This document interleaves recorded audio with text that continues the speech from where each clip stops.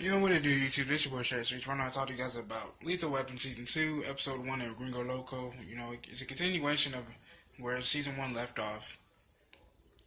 And, you know, as we all know, Raj goes to Mexico to assist the Riggs. And they're taking out Tito Flores because, you know, it's a suicide mission.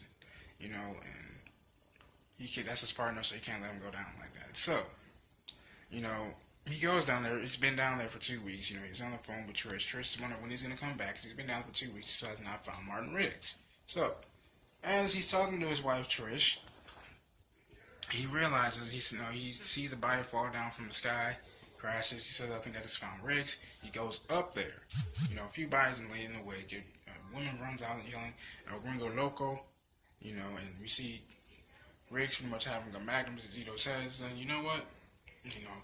And things like that, you know, Tito's begging for his life, saying, "Listen, I'll do anything you want. Please don't kill me. Please don't kill me.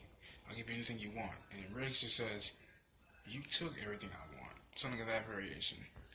And Raj busts in and stops Riggs from killing him in cold blood, because that's not what good cops do, right? He said, "Listen, let's just take him back to L.A. You put him on trial, and we'll see that he gets the proper justice that he needs." You know, it takes a bit of a convincing, because, you know, Riggs has the gun to his head. He's ready to let him to see his brains pop out. He's cool, so Roger yells out, "I love you, man," which is really awkward.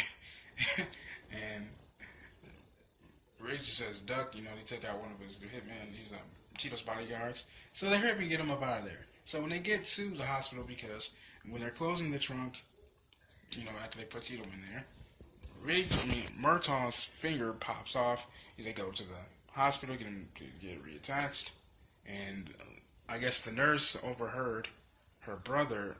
I guess the nurse must have overheard Riggs and Murtaugh talking about how they have Tito Flores in the trunk, ready to take him back to L.A. She calls her brother, who works in Border Patrol by the name of Gordon. Gordon goes up to the hospital, allegedly, opens the trunk, pops Tito in the middle of his forehead, kills him instantly, point blank range. Done, right? And so I think Riggs questions him and asks him, how did you feel when you killed Tito Flores? A guy like him, you know, you must feel pretty damn satisfied, right? Go into detail about it, right? And Gordon doesn't do that. He just sticks to what he told the officers. "I just felt like a guy like Tito Flores just had to be eradicated from this earth." So instantly, you know, Riggs already knows that he's just a fall guy. The man that actually killed Tito Flores happened to be his right-hand man, because he wanted to have control over it. And so, at their funeral, you know, they have audio of the conversation between Gordon and Tito's right-hand man. And they're played at the funeral, right, after a bit of a struggle that Roger has. And instantly, you know, the rest of the cartel are there. Of course, shots are fired and things like that.